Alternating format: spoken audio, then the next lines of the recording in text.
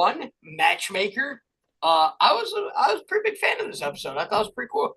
It's got a lot of layers. Yeah, it was good. So the summaries are getting shorter and shorter Wow, that's like almost as we get insulting. further into the season. And there's no so I thought about doing this cool how many Rotten Tomatoes, whatever the fuck it is.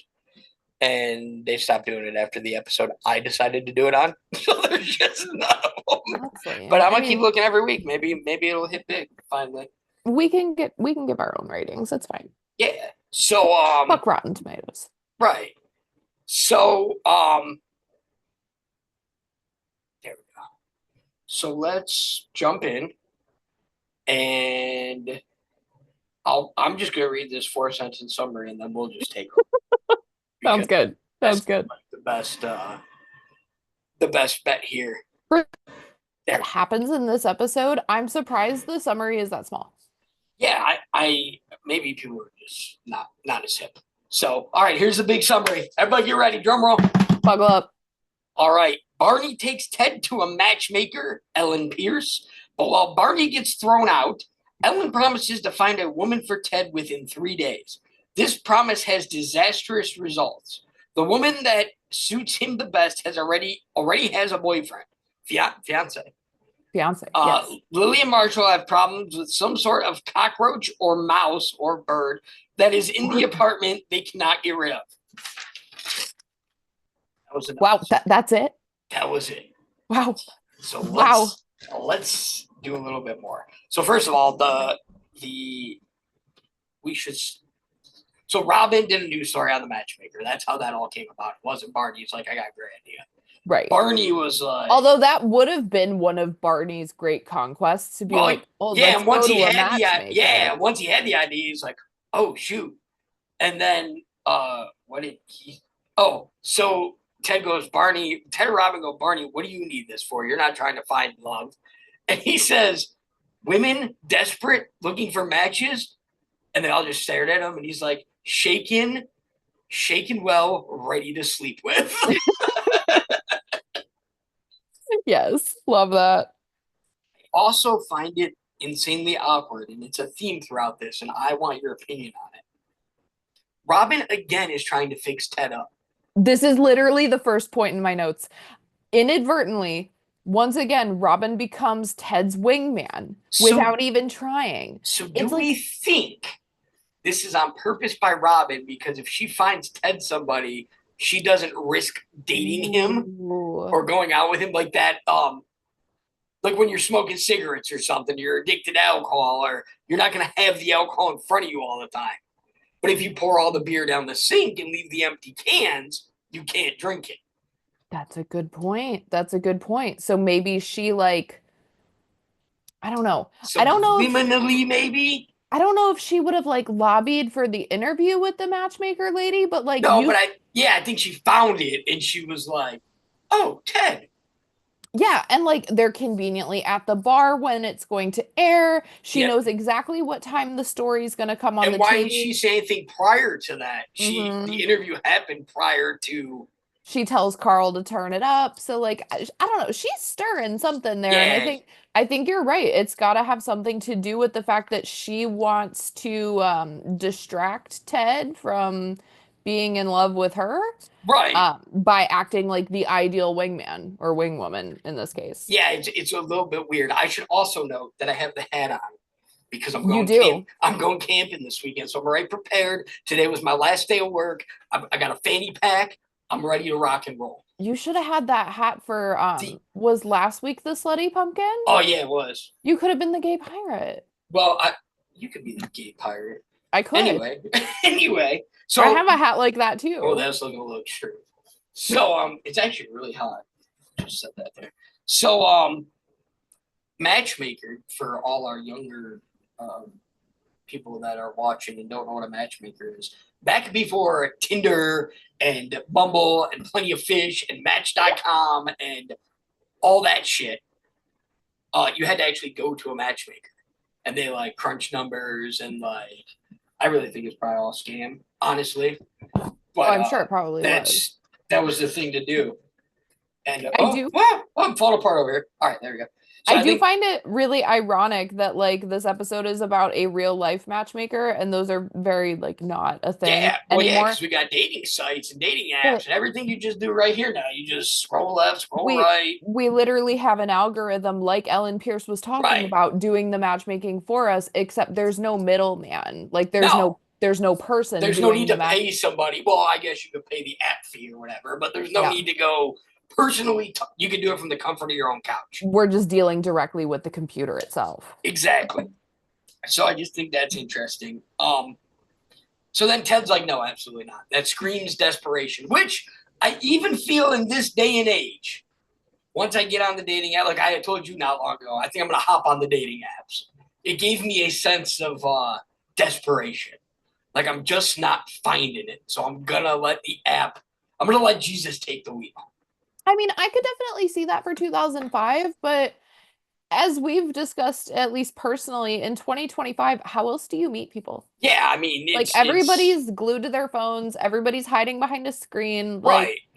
And like and Ted has said in the past, they just go to McLaren's. So right, like you meet the same people at McLaren's, and occasionally somebody else stumbles in. exactly, exactly. I do, So I do love that. On your point of desperation, Ted specifically says going to a matchmaker is the male version of getting a cat. yes, because cats suck. Hey, I take great offense to that. I Uh, am very cat, happy, and I yeah, have two cats. cats. I feel like that's not a thing anymore either because dudes have cats. Like it used to just be a girl thing, like the crazy cat lady or the Now she. everyone has Yeah, cats. she had a number of cats before you're like, whoo, can't touch that pussy. You see what I did there? Um, That's yeah. So funny. I think time has obviously molded this episode into other things, which we'll get to even more. So Ted says no, absolutely not.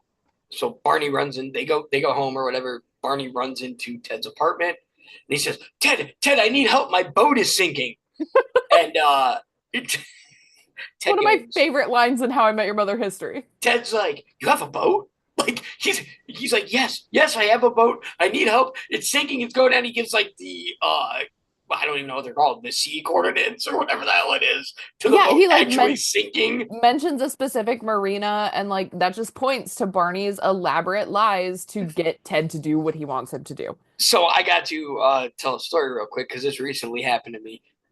Shout out Amanda. So we were texting, and I guess she works at a factory that was shutting down. And in the text to me, she said it's shitting down. But then she said it stinks. So I guess like the factory actually smells. So it made sense. I read it the first time, like, oh, she meant shut. I'm like, oh no, maybe she did mean shit. Like maybe there's some like shit going on or something. So Yeah. I said, at first I thought that you didn't mean shit, but she goes, no, I didn't mean shut. I'm like, for real? She goes, no. She goes, we once a week we all go outside, we have a shitting contest, who's the longest, and she had this whole elaborate story, and I'm like, dude, that's sweet. She's like, yeah, and then at the end of the week after the measuring, we get awarded. I'm like, damn, that's impressive. Like, I was like, but I don't know how I feel about you lying to me. And she's like, you got to just commit. And that reminded me You gotta of, just commit. yeah, that reminded me of Barney committed so much. He had coordinates, what kind of boat it was, who the captain was. Like, Even down to that line, you have to just commit. That is yep, so Barney yep. because like oh, that's all he wants. Yeah, so then they flash to the next scene and they're standing in the matchmaker's office. And Ted's like, your boat's sinking, huh? Um, and then Barney is immediately, I just want somebody to cuddle with. And he basically says everything Ted should say, or Hmm. Ted would say. And Ellen's like, you out. I get 1 million of you a week. I don't need you in here. Down to the fake name. Yep, down to the fake name, which I have here. Hold on. Jack Package. Because. It's French. Mhm. Yeah, because Barney certainly looks like a French Yeah. name. And he yells back in after she kicks him out. It's Package. It's French. So I thought that was funny. And then then Ted starts talking to her and she says, I'll have a match for you in 3 days. And so then we shoot over to McLaren's where Lily and Marshall come running in a state of terror. And they're like, oh my God, like you would have thought the apartment just burned down if it wasn't above McLaren's. Yeah. Steals everybody's drinks. And yeah, so then they start. So I also think this is funny, and maybe it's because I don't drink. They immediately, to solve their issue, just start smashing drinks. Right. Which is something we used to do if there was any problem. But it's so like molded in our TV and our everyday like things we watch, and that's how you solve a problem. Yeah, like something stressed me out. Let's do a shot about it. Yeah, and I thought that was kind of funny. Yeah. So definitely speaks to like the social stigma around of alcohol. Alcohol just being normal. So then they start describing. Marshall says, or Lily, one of the two was like, it's a mouse. It's a huge. Or no, Lily says it was a cockroach. Cockroach. It was huge. It was, and Marshall's like, it could have been a cockroach. It had whiskers on it.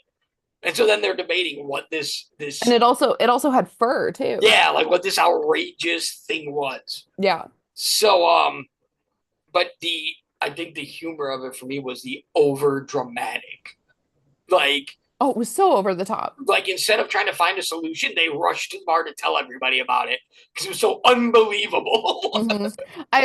I love that we get introduced to the Cockamouse through Marshall and Lily assumedly coming home from like work or like an early dinner after work.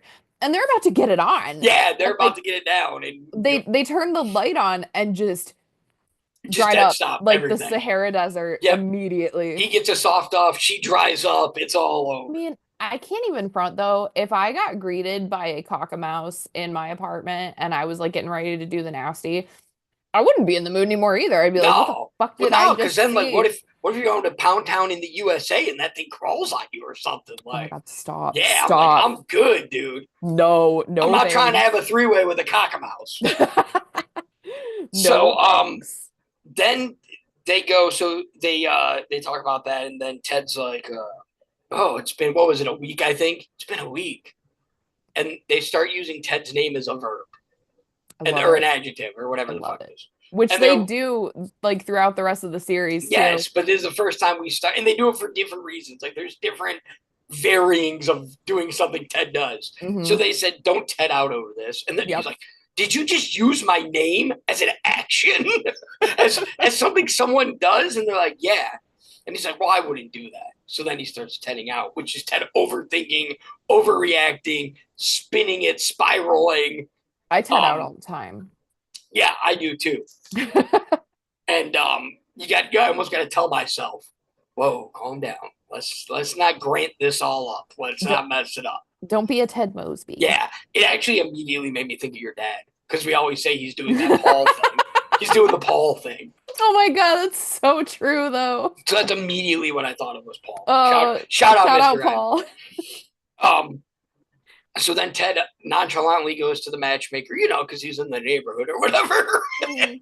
And she is like a failure. She's like, I'm done with my job. I'm packing up my books. Yeah. Absolutely distraught about it. She's like, I'm done. So this is where time. First of all, there were some gay jokes in the beginning. When they were at the matchmaker, she asked if Ted was gay or whatever to calculate the gay people out of the equation and that. Mm-hmm. And she's like, oh, maybe bi. I was like, oh, I don't know that the manner in which she said it would be acceptable today. Yeah, because she was like, I could find you a match if you were gay. Yeah. He's like, well, I'm not. Right. She's like, okay, that eliminates more people then.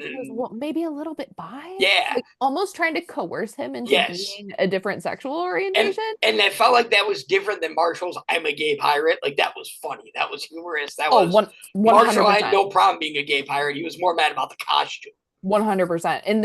In this instance, it was more or less like, oh, here, I can find you love if. Right. If and it was like, if you're one of the gays, if you're one of the bis, not like, hey, what's your sexual orientation?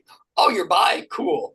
Or like, you look like you're bi. That makes sense. Or, and then she says she was handing his flyers out on the streets and not even a hermaphrodite wanted to be with him. Not even a he, she, them, or whatever she said.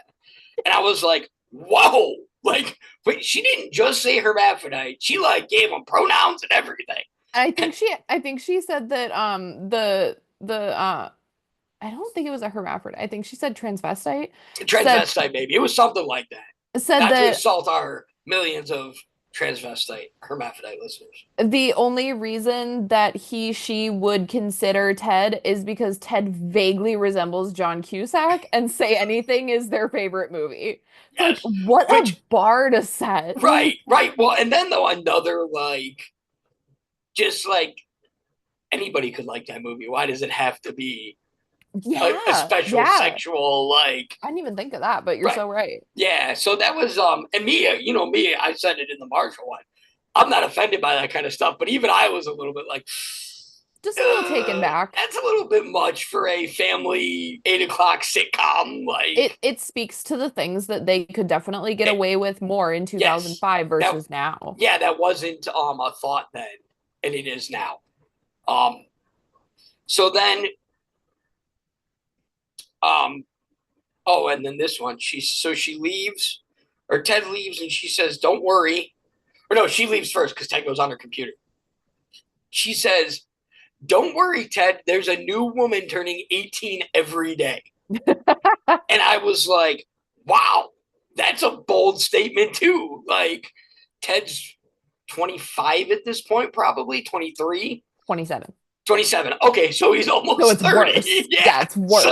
So I just thought that was a little like, You're yeah, we could go wait outside the high school for graduation and get you're you putting one. Like, an 11-year age gap yeah, between Ted and his right. future How wife. good of a matchmaker is she? It's a very Barney thing to say. Yeah, and that's what I thought when I seen it, but you would expect that from Barney, not this professional matchmaker. Right, exactly.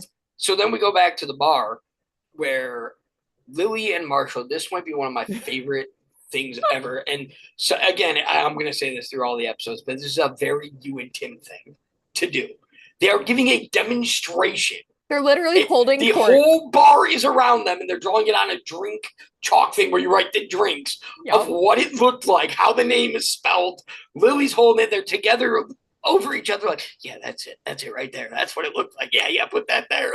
Like they're giving a school presentation. Right. And it reminded me of like when you and Tim would come tell us something. It was never like Tim would be like, and then you'd be like, yeah, and then it would just roll like the whole story, like, and we'd feel like we were living it with the both of you. We were really good at doing that. Yeah, and it was just really funny to just like, and I could picture us all at scoreboards when somebody's telling a story.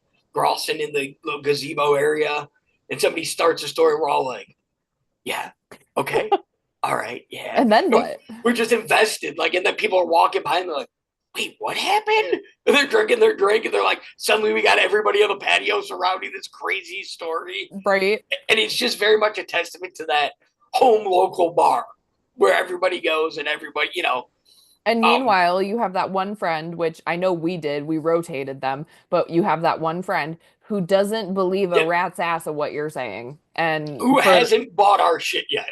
They haven't bought what we were selling yet. Exactly. And in this case, it's Robin. Robin's like... Yes. And she was, to them, and I think probably to us, it was more unbelievable that they didn't believe than we seen some monstrosity in our lives. Yes. Or like this happened. It reminds me, which we'll get to when we talk about mermaids, but it reminds me of my mermaid story. Mm-hmm. When I'm like, and then I swear she turned into a mermaid, and everybody from the window was like, dude, I think she did. Like, she was under the water forever. Oh my God. But then if you were telling that story to somebody on the outside, or we told it now, they'd be like, humans don't turn into mermaids. Like, no, we all saw it. It wasn't as long as you're claiming it. Right. Was. Like, it was like 3 hours she was down there, I swear. Well, it wasn't that long. So that also brings up Marshall's. So Robin says, what do you want me to believe in, Bigfoot? And Marshall's like, oh my God. And Lily's like, don't you dare say that. Mm-hmm. And that gets us on Marshall's tangent of things that are real. Yep. And he like rattles a bunch of shit off, and then he says, even aliens? You have to give me aliens. And Robin's just like, no. But what I thought about when watching this goes back into what we were saying about Robin. She's never had to believe anything that wasn't black and white. And now that she's with this group, she's seeing a new light of things, a new a new basically a new way to live. It doesn't have to be all black and white. Her perspective on a bunch of things changes now Yes. that she's with the gang. And she starts to learn that you don't have to be the tough girl, the tough guy. You Mm-hmm. don't have to keep that image up. Yeah. And we had friends like that. John strikes me as somebody who was like that for us. For a long time was just like, you guys are idiots, huh? And then finally he'd be there telling the story like, dude, you're never gonna believe how long she was down there. Do you believe in aliens? You know, aliens, I'm not sure. Uh, Right, so Bigfoot and the Loch Ness monster for sure. okay, so aliens For are sure. too far fetched. I'm like 50-50. I think there's definitely a possibility of like life on other planets, but in the sense that we understand them as aliens, I think might be a little far-fetched. This seems like a good time to go on my Superman rant because he's an alien and he's also an illegal, and I feel like that's why they call him an alien. Superman's an alien? Superman's an alien. He's from Krypton. I He's thought he was from, also an I thought he was illegal alien. I thought he was from Cleveland. No, Sorry, no, that's where. I'm making a bad joke. I'm plugging the new Oh, movie. oh, yikes! That's why I tell the jokes here. Um. Rude. So yeah, Anyways, back to the show. I think I believe it all. Whatever, I believe everything. Not, and I've lived 34 years to learn that nothing is unbelievable to me. That's fair. Um. Okay, so here comes the big Linda time to shine because this was a Linda and Grant moment between Lily and Ted. Oh God. Ted gets his perfect match. He finds her. He breaks into the computer. He somehow printed out files. I don't know what he did in the Windows 4 computer. Talk about Ted not wanting to come off as desperate, but breaks into the matchmaker's computer to steal a woman he can't be matched with's information. Why did she just leave the office and leave him in there? What? Like, why did she? Yeah, I didn't understand that either. Like, I feel like people were a lot more trusting in 2009. So he finds his match who is engaged. So he schedules an appointment or whatever. She's a dermatologist. Mm-hmm. And he's reading off all the things he's got in common with her. Like they like the same song, they do this, and he's like, "Oh my God, she's a dermatologist. Yeah, I have skin." Yes. It's another great one-liner. And Barney's just doing that thing where he stirs his glass and he rolls his eyes. It's like, okay. I think he actually says, "Oh my God, she found the perfect she found the perfect woman for her." Yeah, like, yes, calling Ted the woman in the relationship. Another sexist joke, not funny. No, of course not. But so then we have Ted's like, well, maybe I'll just go. The numbers have Ted all hung up. Mm-hmm. Mind you, he has said several times to this point he cannot math. How the fuck is he an architect? Like really though, like you need some level of math to do that. Did you need a protractor to figure this out? Like I don't understand what you're doing here. So he goes to the dermatologist. He's like, I got a blah blah blah whatever. He starts very nonchalantly singing the exact song on her profile thingy, which is not a good song. No, and he's like, there's an 8.5% chance that you were gonna like that or something or whatever the number is for. So then he comes back to the apartment and he says, "This is the Lily Ted Grant Linda moment." And he says, "Yeah, I went there and she was engaged." And she goes, whoa, back up. Who hit on an engaged woman today? And then Ted's like, me, and Barney's like,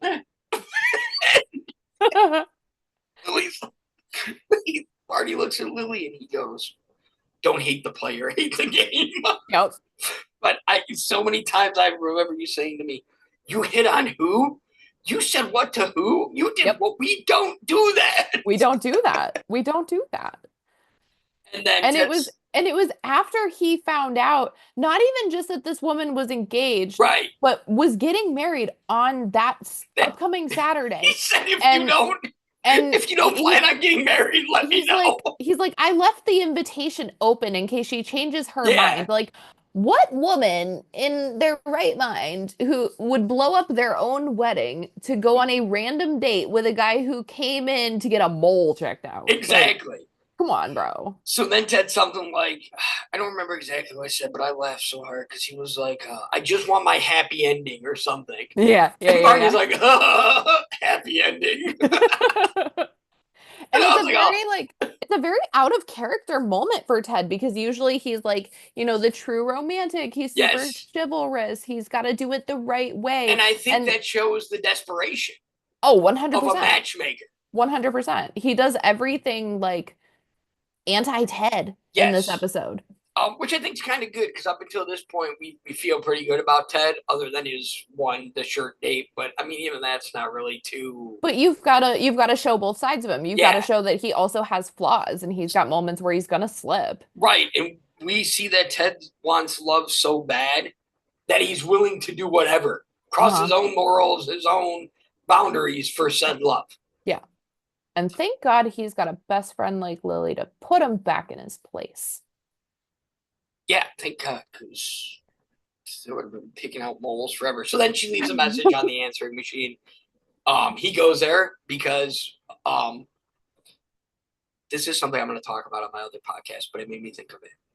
Ted is making his feelings facts, is what he's doing.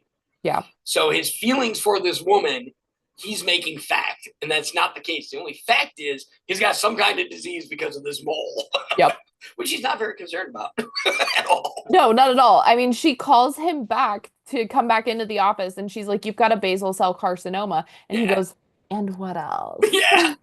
He's just so that was wild. Then they caught the Cockamouse. Robin tried to get it drunk. Robin's like, what are you doing? They have like a pot and like a pie or something underneath it. I don't even know. There's like a spatula holding the pot up, and Robin's like, oh, this is a really sophisticated trap. I'm like, oh, this is great. And then her and Barney leave to go look for crop circles. Yes. And then they catch the Cockamouse. And Lily said, Lily said, what do we do with it now or something? And Marshall was like, I have a friend who wants to see it. He's a scientist. This could be career changing for him. And she's like, sounds dangerous to move it or whatever. Can't we just beat it with a bat and kill it? Yeah, she said it was inhumane to take it and run all kinds of like scientific tests on it. And then she follows it up with, yeah, that's inhumane, but couldn't we just beat it with a bat instead? Oh, I love it. So then Marshall takes the Cockamouse to his scientist friend, who's immediately pissed at Marshall because it's not in the thing. And then Marshall's like, oh, Lily! And then he like this Cockamouse is going to like grow arms and stab Lily to death. Yeah, like it's somebody breaking into the apartment and he just found out. Like, yeah, Cockamouse has got a gun. And so then Robin finally sees the Cockamouse, throws her martini or whatever it was on it, and was like, are you trying to get it drunk? She's like, I don't know. It's the only thing I can think to do. And then because of Marshall's fear of Lily being in danger, it supersedes his fear of the Cockamouse. So he catches it and they throw it out the window. He puts on oven mitts. Yeah, oven mitts. Catches it, throws it out the window, and they all are like, oh, it has wings. It can fly. And they're just staring, and then it flies back at him. He's like, oh! Yeah, Marshall goes into this like cute little emotional speech about like how he's gonna miss this war that they had, and then it starts flying back towards them. Yeah, he's like reminiscing, and it's not even over yet. Yeah, exactly. So then I like, one of my favorite things about this episode is we never see the Cockamouse. Never. We get glimpses. We get a small glimpse of it as it's like flying back towards the window. But we never see the Cockamouse. And it does in fact have fur. Like you can definitely tell that it has fur. So yeah, and I think this is cool because again, you forget watching this show that it's Ted telling the story of the stories Ted's heard. So, like by the time we got to our bar and sat down to tell these stories, they've been through the ringer of stories and the memories have been altered and changed. And, exactly. Then we're all on the same page telling new people this huge story. Every story has like differing facts the more you tell it. Exactly. It's almost like the story grows wings because exactly. you just add further and further layers to it every time you tell it. So I thought that was pretty cool. I think the other two things in this episode I took from it were you can't force love and you can't calculate love. It's not something you can just mathematically find and calculate. I think two people you can find that they're compatible. I think we could go online and probably find somebody compatible with you and compatible with me. Doesn't mean we're going to fall in love. Right, exactly. Like you can like the same things, you can be into the same stuff, but that doesn't mean that like sharing a life together is going to work out just because your interests are similar on paper. Exactly. And the fear of this matchmaker not finding somebody love, I think is more circumstantial. I think eventually these people on her wall would have broken up, dissipated, fallen down and I think that's what was killing her, was she was realizing with Ted, it has opened a window she never thought of. Yeah. Of failure. Yeah. Like there's statistics that will back it up, but are they built to last? Exactly. Exactly. Agreed. So yeah, I thought it was a pretty good episode. It was funny. There were some really good one-liners. Yes, there was. I specifically like the second time I think Lily and Marshall run into the bar after experiencing the Cockamouse. Ted comes in shortly after and he goes, "Man, is everything okay? You left the front door open." And Marshall is like deadpan walking to the bar to get drinks and he goes, "There was no time." Just so ominous. Like he had just seen the face of the Grim Reaper himself. Right. And coming to suck the soul out of him and Lily. He's like, right. Like this Cockamouse purposely picked their apartment and and they notice it never targeted Ted. It was just Lily and Marshall. And you do get a small glimpse of that too, because Ted's on the couch very early on in the beginning of the episode and he's like reading the book and he's like, "Oh, was that like a rattling? Did I hear something?" And he looks to the floor to see if it was the Cockamouse. And then like 30 seconds later, Barney bursts through the door bitching about his imaginary boat. And it's like if you're sitting there and you're like, "Oh, I'm starting to itch." Usually the person next to you starts to itch. So Ted's got that. Also, as I pointed out to you in text message earlier, the couch in this episode was brown. Their couch is normally red. And all of the throw pillows that were on the brown couch remain consistent in the series, but the color of the couch and like the style of the couch is different. It was weird. I noticed it right away, which is shows how much we watch the show. For real. Because I paused and I was like, "Whoa, that's not right." It almost looks like the couch when Ted gets his apartment. I think, but I'm not positive on that. Yeah, kind of. When he takes Quinn's apartment? Yeah. Well, I'm spoiling. So that, I mean, if you haven't watched. Sorry, listeners. So yeah, I thought it was a good episode. I give this probably I'm gonna give it 4 blue French horns for sure. Not quite 5, but I'll give it 4.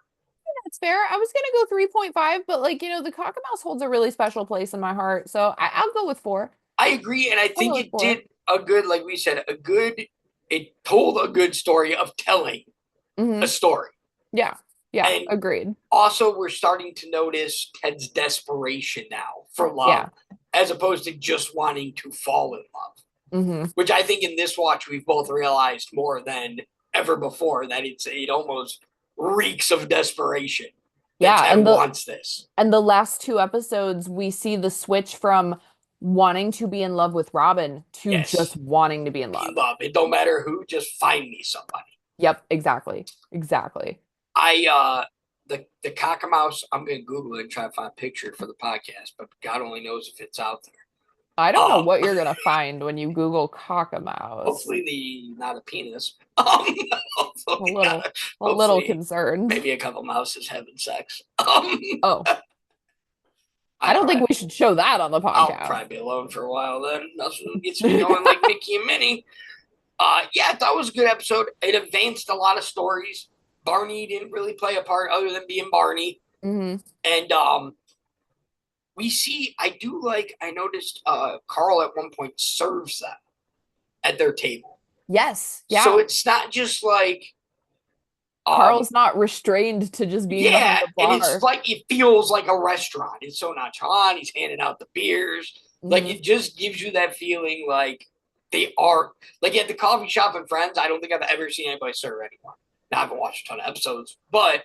Except for, didn't one of them, one of them worked there, but that was the further. Worked there? Yeah. That was the further, that was still a main character. Yeah. This was, and we see Wendy, the waitress, in the future serve them. But it just stuck out for me for some reason, because it's funny how we have all these intimate conversations, and somebody's just handing us stuff. And God, I can only imagine what bartenders and waiters and waitresses hear just coming up to a table. I don't think I would want to know. Like, if we were to randomly run into somebody who served us in our board stays. God, yeah. And they were like, hey, how'd it pan out with so-and-so? And we're just like, how do you know about that? What do you mean? What are you talking about? Right. Or if somebody, if somebody's like, how's Gay Dan? I'd be like, oh my gosh. Oh my God. Like, Gay Dan. Forgot all about that. How did he, is he gay? Like, I don't think so, but God bless Dan, if you hear us, I know you like How I Met Your Mother. Shout out, Gay Dan. We still call him Gay Dan. Fuck it. That's one of those things that whole time. I think. I actually just came up Snapchat memory of his receipt. He walked out on at the bar. He left without paying his tab and said Gay Dan. That's phenomenal. Gay Dan, good for him though. He got some tail with our storytelling, because then people felt bad that we were making fun of him so much. So he got that sympathy. So really, we did him a favor. We did him a favor. That's how I look at it. We did right by him. This was good. I don't have a whole lot more. I think this is I almost feel like a turning point episode. Yeah. Because we start finding Ted getting more frustrated with this love thing. And we see Lily and Marshall's relationship being stronger, and Ted almost feeling more pushed away from it. Yeah. And, I didn't look at it that way, but that's totally true. Because like, you see a lot of Lily and Marshall. Yeah. And then you see a lot of Ted. You don't see a whole lot of the three of them. And Barney's constant need for Ted. Constantly. And then no matter the situation, Barney's like always got to find a way to get Ted to be by his side. Yes. And his boat singing. I really feel like maybe the whole first season is Robin getting to know these people and growing from it. Then we kind of get to know Robin going forward. I would agree with that for sure. I think we get to know Robin a lot more in season 2. Yeah, because Robin was very comes off bitchy, cynical, not, unless we get moments like her and Ted on the roof where she opens up a little bit.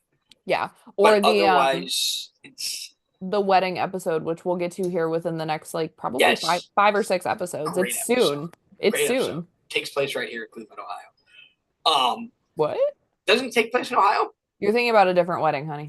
I'm thinking about. You're thinking about Punchy's wedding, which is also a phenomenal episode. Yes. The How I Met Your Mother cast just does a great job at portraying different weddings.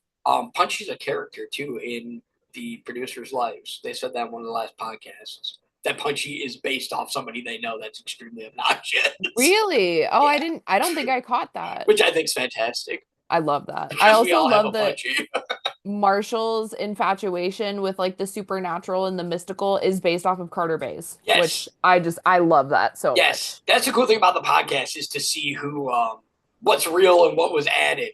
Yes. And like they said in the podcast, because they're only an episode ahead of us, if it doesn't come from them, it usually comes from somebody else in the writing team or somebody else's life story. Mm-hmm. But yeah, this was a good episode. I think, what we got next week? I don't either. You would think by now I would know to. I know. I keep forgetting to look it up before we start. Let's check it out. I'm going to pull up Netflix here. Let's see. Next week is season 1, episode 8, The Duel. Oh, The Duel. It's a good one. Lily moves in with Marshall and Ted. And because up in this point, we think they're all living together. We get to see Lily's apartment next week. Yep. Lily moves in with Marshall and Ted, and when Ted suspects that he's being edged out of the apartment, he and Marshall decide to settle it like men, which is a duel. It's coming back to me now. You know, I have seen this episode so infrequently. There was a time where I thought the scene where they go to Lily's apartment and it's well, I don't want to give it away. Yeah, I know because I thought the same thing. I thought it was a fever dream that I had, and I just fucking made it up. A lot of the same I don't want to say storylines, but the same events happen in different storylines. Maybe that's the way to say it. Yeah. Where we notice apartments and things because of what's happening. I mean, we haven't even seen Barney's apartment yet, and that's a doozy in itself. Yeah, that's a fun one. Yeah, so we'll be back next week. I'm going camping. I'm going camping. I'm heading out. I'll be here. I'm heading out. I'm going camping. Wear sunscreen. I'm gonna put it on my nose. It'll look good with this hat. Don't get eaten by the Loch Ness monster or Sasquatch. I might go hunt it. And if I got a buddy Jeff who strongly believes in Bigfoot. Yeah. To the point of like having books and stuff. Yes. My buddy Connor, shout out Coco if you're listening. You're probably not, but love you, dude. You should, he has gone on like Sasquatch excursions. Yeah, it's a big thing. It's a big thing down in like Southern Ohio. Oh, and I like how Marshall's like, how do you not believe in aliens? Area 51, crop circles. Like he has all this evidence. He brings out a book and starts the government keeping it from us. Yep.